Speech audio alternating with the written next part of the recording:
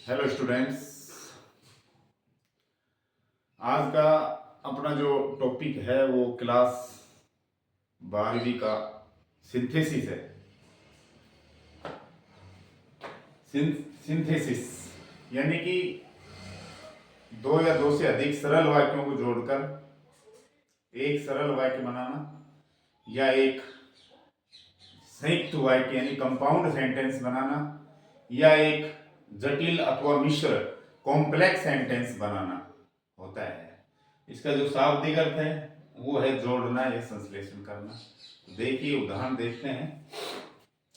ये दो सेंटेंस है सिंपल। वह रसोई में गई, उसने एक मेंढक देखा। अब ये जो सिंपल सेंटेंस किसे कहते हैं, कंपाउंड कॉम्प्लेक्स किसे कहते हैं, ये मैंने पिछले वीडियो में बता चुका हूं मैं। तो सिंथेसिस पढ़ने से पहले आपको सिंपल, कंपाउंड और कॉम्प्लेक्स सेंटेंस की जानकारी होनी चाहिए, जो आप पिछले वीडियोज में देख सकते हैं। तो देखिए सिंपल सेंटेंस है। सिंपल वो होता है जिसमें एक सब्जेक्ट हो और एक फाइनाइट या मुख्य क्रिया हो। सब्जेक्ट एक मुख्य क्रिया, सब्जेक्ट और एक क्रिया आ गई मुख्य क्रिया। तो ये है सिंपल सेंटेंस। इन दोनों को जोड़ के एक सेंटेंस, सिंपल सेंटेंस हमें बनाना है। सिंपल सेंटेंस पार्टिसिपल का यूज करके भी बना सकते हैं। सिंपल सेंटेंस इन्फिनेटिव का प्रयोग करके भी हम बना सकते हैं। तो इसमें ब्रैकेट में आपको दे दिया जाएगा भी किसका यूज करना है। जैसे इसमें दे दिया पार्टिसिपल का यूज करना है। तो इसका जो दो सरल वाक्यों को जोड़कर एक सरल वाक्य हमें बनाना है, और एक सरल वाक्य बनाने के लिए हम पार्टिसिपल या इन्फिनेटिव का यूज कर सकते हैं। तो इसमें बताया गया है कि पार्टिसिपल का यूज करना है। तो हमने इसमें प्रेजेंट पार्टिसिपल की पढ़ेंगे आगे, तब समझ में आएगा। हमने प्रेजेंट पार्टिसिपल का इसमें प्रयोग किया है। वह रसोई में घुसी और उसने मेंढक देखा। तो पार्टिसिपल में प्रेजेंट का प्रयोग करेंगे कि रसोई में घुसते ही उसने मेंढक देखा। तो इन दोनों कार्यों के बीच जो टाइम इंटरवल है या टाइम जो गैप है वो बहुत कम होता है। तो रसोई में घुसते ही सांप दिख गया उसको। तो entering the kitchen she saw a frog. तो ये दो सरल वाक्यों को जोड़कर हमने एक सरल वाक्य बनाया है। दो सरल वाक्य देकर आपसे एक कंपाउंड सेंटेंस भी बना सकते हैं। कंपाउंड सेंटेंस किसे कहते हैं? दो या दो से अधिक सरल वाक्यों को अगर हम कोऑर्डिनेटिंग कंजक्शन का यूज करके जोड़ दें तो वो कंपाउंड सेंटेंस कहलाता है।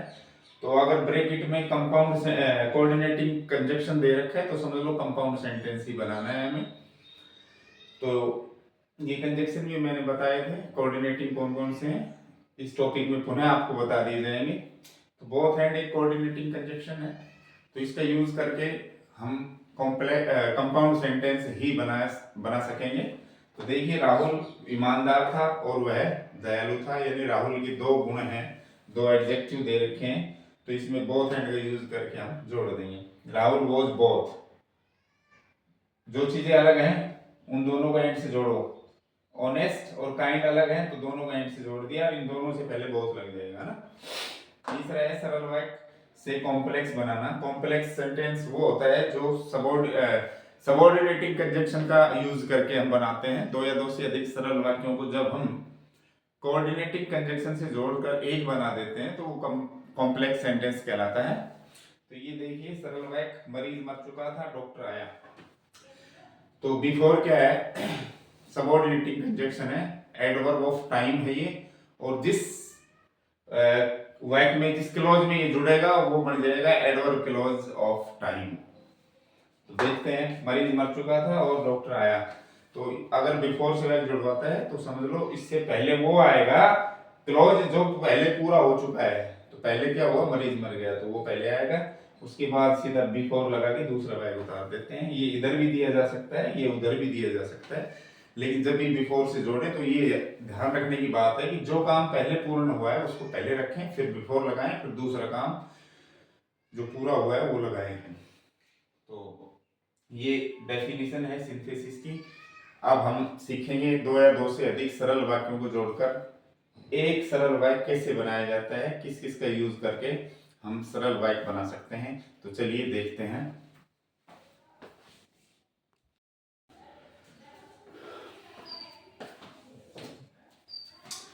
चलिए पढ़ते हैं हम। दो या दो से अधिक सरल वाक्यों को जोड़कर एक सरल वाक्य बनाना। तो दो या दो से अधिक सरल वाक्यों को जोड़कर एक सरल वाक्य बनाने के लिए हम सबसे पहले यूज करेंगे इन्फिनेटिव। इन्फिनेटिव क्या होता है ये मैं पहले के वीडियो में एक्सप्लेन कर चुका हूं अच्छी तरह। इन्फिनेटिव मेन वर्ब की फर्स्ट फॉर्म होती है या उसमें टू प्लस हो जाता है। जो मेन वर्ब की बेस फॉर्म है उसको कहते हैं बेयर इन्फिनेटिव, और जिसमें टू लग गया वो हो जाएगा टू इन्फिनेटिव। देखते हैं, चलो दो सरल वाक्य दिए जाएंगे। एक वाक्य ऐसा होगा जिसमें एक फाइनाइट वर्ब के बाद एक मेन वर्ब के बाद टू और प्लस मेन वर्ब की फर्स्ट ऐसे मिलेगा। दो वाक्य दिए जाएंगे। एक वाक्य ऐसा होगा जिसमें इस तरह से स्ट्रक्चर मिलेगी आपको, मेन वर्ब, उसके बाद टू, उसके बाद मेन वर्ब की फर्स्ट फॉर्म। आपको करना क्या है, आपको पहले वो वाक्य लिखना है जिसमें ये स्ट्रक्चर नहीं हो। आपको वो सेंटेंस लिखना है जिसमें टू प्लस फर्स्ट फॉर्म नहीं दी गई हो। तो दो वाक्य हैं, देखिए इसमें ये मेन वर्ब हो गई, किसी भी रूप में हो सकती है, फर्स्ट सेकंड थर्ड जो भी है, और टू प्लस फर्स्ट फॉर्म ये रहा इन्फिनेटिव। तो आपको ये वाक्य नहीं लिखना, आपको पहले ये वाक्य लिखना है नीचे। ये लिखने के बाद दूसरे वाक्य में सब्जेक्ट और फाइनाइट वर्ब छोड़ दीजिए, ये दोनों छोड़ देंगे इनको हम, बाकी जो कुछ बच गया वो इसके साथ जोड़ देंगे। देखिए, Ranu was running fast to catch the train. देखो टू कैच या टू प्लस फर्स्ट फॉर्म क्या बताता है, फॉर व्हाट, यानी कि जिस वाक्य में इन्फिनेटिव नहीं है उस वाक्य में अगर हम फॉर व्हाट करके प्रश्न पूछें तो उसका जवाब होता है टू प्लस फर्स्ट फॉर्म। जैसे रानू तेज दौड़ रही थी, मैं कहूं for what was Ranu running fast, कि रानू तेज किस लिए दौड़ रही थी, तो उसका आंसर होगा टू प्लस फर्स्ट फॉर्म जो दूसरे सेंटेंस में, यानी कि टू कैच द ट्रेन, रेलगाड़ी पकड़ने के लिए दौड़ रही थी। तो जो इन्फिनेटिव है वो फॉर व्हाट का आंसर होता है, अर्थात दूसरे वाक्य में अगर फॉर व्हाट लगा के हम प्रश्न करेंगे तो उसका जवाब to plus first form answer मिलेगा हमें। तो रानू तेज दौड़ रही थी, वो ट्रेन पकड़ना चाहती थी, तो इसमें हम प्रश्न करेंगे कि रानू तेज क्यों दौड़ रही थी, उत्तर है ट्रेन पकड़ने के लिए। तो सब्जेक्ट भाई रानू आ चुकी है, दोबारा हमें सब्जेक्ट पुनरावृत्ति करने की जरूरत नहीं है, छोड़ देंगे। इसका जो आंसर है हमें टू से मिल रहा है, तो ये फाइनाइट वर्ब भी हम छोड़ देंगे। तो इसका बन गया रानू वाज रनिंग फास्ट, यानी पूरा सेंटेंस उतार के दूसरा सेंटेंस उतार दो, कर्ता और क्रिया को छोड़ के टू से शुरू कर दो, ये पूरा, ये बन जाएगा इन्फिनेटिव। अगला सेंटेंस देखिए, मैं मेहनत करना चाहता हूं, मैं सफल होना, मैं मेहनत करता हूं, मैं सफल होना चाहता हूं। मैं क्यों मेहनत करता हूं, किस लिए करता हूं, सफल होने के लिए। तो इसका आंसर क्या है, ये है, और आई सब्जेक्ट की इसको रिपीट करने की आवश्यकता नहीं होती है, छोड़ देते हैं, और मुख्य क्रिया भी छोड़ दी जाती है। तो इसका बन जाएगा I work hard to succeed, very simple. नीचे चले, वह ही वांट्स टू स्टडी, वह अध्ययन करना चाहता है, वह पढ़ाई करना चाहता है। He has gone to Jaipur, वह जयपुर गया है। तो हमें पहले कौन सा वाक्य लेना है, हमें वो वाक्य लेना है जिसमें इन्फिनेटिव नहीं है, टू प्लस फर्स्ट फॉर्म नहीं है, वो वाक्य पहले लेना है। तो वह अध्ययन करना चाहता है, वह जयपुर गया है, तो जयपुर गया है ये लिख रही है हम पहले, और इसका आंसर जो है किस लिए गया है जयपुर, वो आंसर है टू स्टडी। तो इसका टू इस तरह भी ब्रैकेट में दिया जा सकता है, आपको इस तरह भी दिया जा सकता है, इन्फिनिटिव का यूज करो, या ऐसे भी दिया जा सकता है टू इन्फिनिटिव का यूज करो। तो इसका बन जाएगा, पहले ये सेंटेंस लिखेंगे he has gone to Jaipur, फिर ये जोड़ देंगे टू स्टडी, ये बन गया अपना सरल वाक्य। यानी ये दो सरल थे, इनको जोड़ के भी एक ही सरल वाक्य होता है। तो अगर किसी वाक्य में टू इन्फिनिटिव दिया हुआ है तो वो वाक्य सिंपल ही होता है। चलिए कुछ उदाहरण और देखते हैं।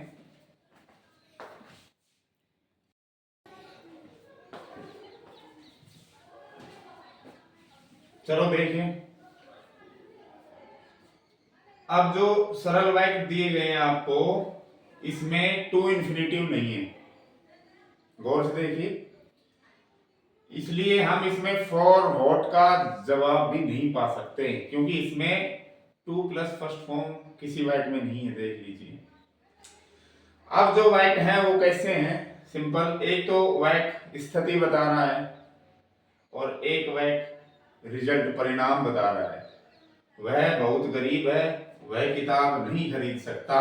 वह बहुत गरीब है, ये तो स्थिति हो गई, उसकी कंडीशन हो गई, और उसका रिजल्ट क्या निकल रहा है कि वो किताबें नहीं खरीद सकता। तो इस वाक्य में इन्फिनेटिव का प्रयोग करो, या इस तरह भी आ सकता है टू का प्रयोग करो। तो आपको देखना यह है, जिस वाक्य में वेरी है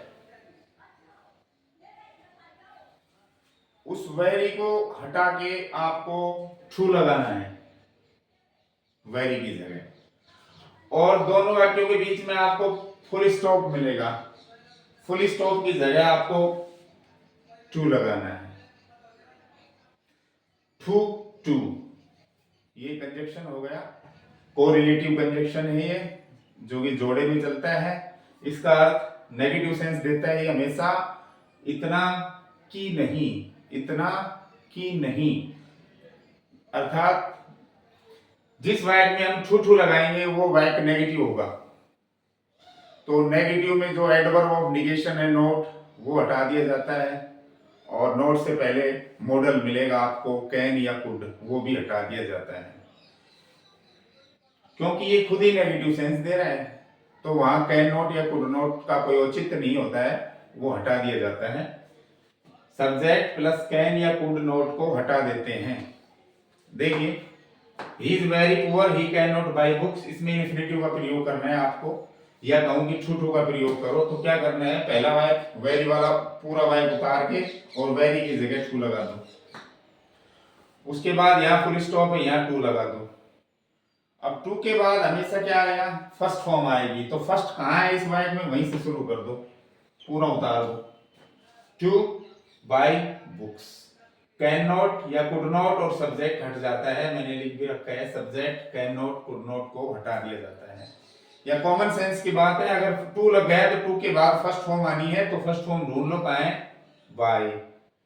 ये फर्स्ट फॉर्म से लेकर आगे पूरा वाक्य जितने जो भी शब्द हैं वो सारे लिख दीजिए।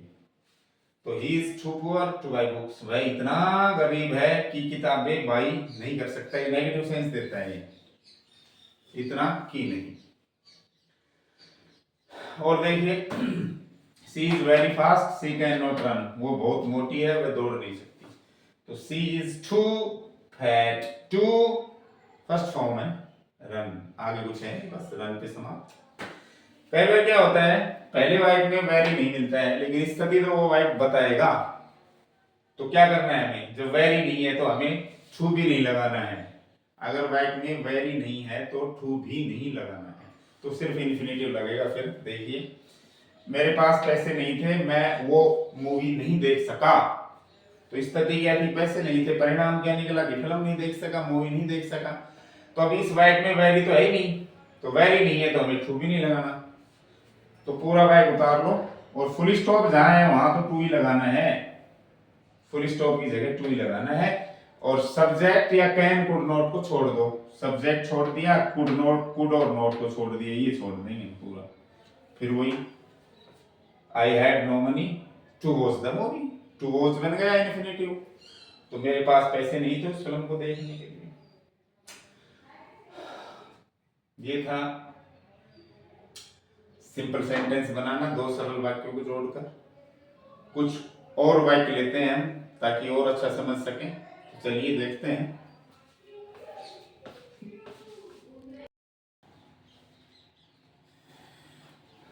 तो चलिए देखते हैं अगले उदाहरण। अब ये दो सरल वाक्य दे रखे हैं। आई एम लिविंग फॉर मुंबई, मैं मुंबई के लिए रवाना हो रहा हूं, मैं मुंबई जा रहा हूं। आई शैल लिव देयर, मैं वहां रहूंगा। तो देखिए इसमें टू इन्फिनेटिव नहीं है, टू होता तो इसका उद्देश्य या इसका किस लिए का उत्तर आपको मिल जाता, लेकिन अभी मिल रहा है टू इन्फिनेटिव नहीं है लेकिन बेयर इन्फिनेटिव है, ये इसका आंसर होगा। तो मैं बंबई जा रहा हूँ, मैं वहां रहूंगा, क्यों जा रहा हूँ, रहने के लिए। तो कैसे बनाएंगे इसको, पहला वाक्य पूरा उतार देंगे और फुल स्टॉप की जगह टू लगा देंगे और टू के बाद हमेशा फर्स्ट फॉर्म, तो दूसरे वाक्य में जहां से फर्स्ट फॉर्म शुरू है पूरा उतार दीजिए, ये हो जाएगा simple sentence. I am living for Mumbai to live there, मैं वहां रहने के लिए, मुंबई रहने के लिए जा रहा हूं। तो कई बार आपको ये मत सोचना टू फर्स्ट है तो इसका उत्तर है वहीं से जोड़ देंगे, कई बार टू नहीं आता है, बेयर इन्फिनिटिव भी आ जाता है और अभी फर्स्ट फॉर्म को बेयर इन्फिनिटिव कहते हैं। तो इन दोनों में संबंध होता है वाक्यों में। इसका जो इस काम का जो कारण है, उद्देश्य है, इस काम का जो उद्देश्य है वो अगले वाक्य में मिलता है आपको, और आपको कहे वो इन्फिनिटिव लगाओ तो निश्चित रूप से आपको टू उस वाक्य में जोड़ना है और दूसरे वाक्य की फर्स्ट फॉर्म उसके आगे प्लस करनी है, टू के बाद पूरा वाक्य उतार देना है। तो मैं मुंबई जा रहा हूं, मैं वहां रहूंगा, इन्फिनिटिव लगाना है, तो पहला वाक्य पूरा उतारो, फिर टू लगाओ फुल स्टॉप की जगह और दूसरे वाक्य में वो हिस्सा लीजिए जो फर्स्ट फॉर्म से शुरू है, लिव, और आगे पूरा जो भी है देयर। अब ये वाक्य देखिए, ही इज वेरी ओल्ड, वह बहुत बुढ़ा है, वह चल नहीं सकता, तो इसमें टू इन्फिनिटिव आपको लगाना है, तो वेरी आ गया, इसकी जगह आपको टू करना है, he is too old, full stop की जगह टू करना है, और दूसरा वाक्य में से जहां वर्ब आ रही है वहां से शुरू करो, बाकी can not, could not, subject छोड़ देंगे, can not, could not, subject छोड़ देंगे।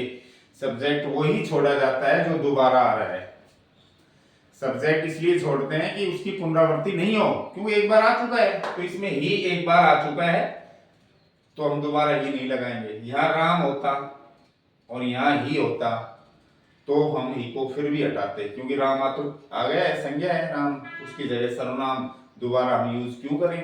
तो अगर किसी दो सरल वाक्यों में सब्जेक्ट एक जैसे हैं, ही, सी, किसी का नाम उसकी जगह यहाँ प्रोनाउन ही सी, जैसे सीता है तो सी, राम है तो ही, चिल्ड्रन है तो दे, बर्ड्स हैं तो दे, ठीक है, तो वो सब्जेक्ट समान ही होता है, तो इसकी पुनरावृत्ति रोकने के लिए हम इसको दोबारा नहीं लगाते, छोड़ देते हैं। अगले वाक्य में देखिए, सब्जेक्ट इसमें एक जैसा नहीं, अलग है, ये तो संदूक है, ये है आई, अब इसको हम छोड़ेंगे नहीं भाई, इसमें तो दोबारा आ रहा है इसलिए छोड़ रहे थे, इसमें सब्जेक्ट दो है अलग अलग तो हम छोड़ नहीं सकते, फिर इसका तो रोल खत्म हो जाएगा। ये कह रहा है कि संदूक बहुत भारी है और मैं इसे उठा नहीं सकता, तो दोबारा कोई चीज आनी नहीं चाहिए। अब देखो ये दोबारा नहीं है, ये दोबारा नहीं है, इसके लिए दोबारा आया है, ये आया है, देखो इट संदूक के लिए आया है, संदूक बहुत भारी थी, मैं उसे उठा नहीं सका, तो इट किसके लिए आया है, संदूक के लिए, तो ये दोबारा नहीं आना चाहिए। जब हम इसको सिंपल बनाएंगे दोनों को जोड़ के तो दोबारा नहीं आना चाहिए इट। फिर इस जो करता अलग है इसका क्या करना है, हमें इसको ऑब्जेक्टिव केस में बदलना है आपको। देखिए ये नॉमिनेटिव है फर्स्ट फॉर्म, और जब करता इन्फिनेटिव से आपसे जुड़वाए दो करता हो वाइट में, तो ये यहाँ जो करता है ना ये फर्स्ट फॉर्म, ये थर्ड फॉर्म में चले जाते हैं, आई का मी हो जाएगा, बी का आस, इस तरह सारे चेंज हो जाएंगे। और इससे पहले फिर फॉर और लगाना पड़ेगा आपको, फॉर प्रीपोजिशन, ठीक है। संदूक बहुत भारी थी, मैं इसे उठा नहीं सकता, तो इट तो लगाना ही नहीं है, पुनरावृत्ति करनी नहीं है संदूक की, उसको तो छोड़ना ही है। तो क्या बनेगा इसका, द बॉक्स वॉज, इसकी जगह टू, विशेषण ये रहा जो भी है।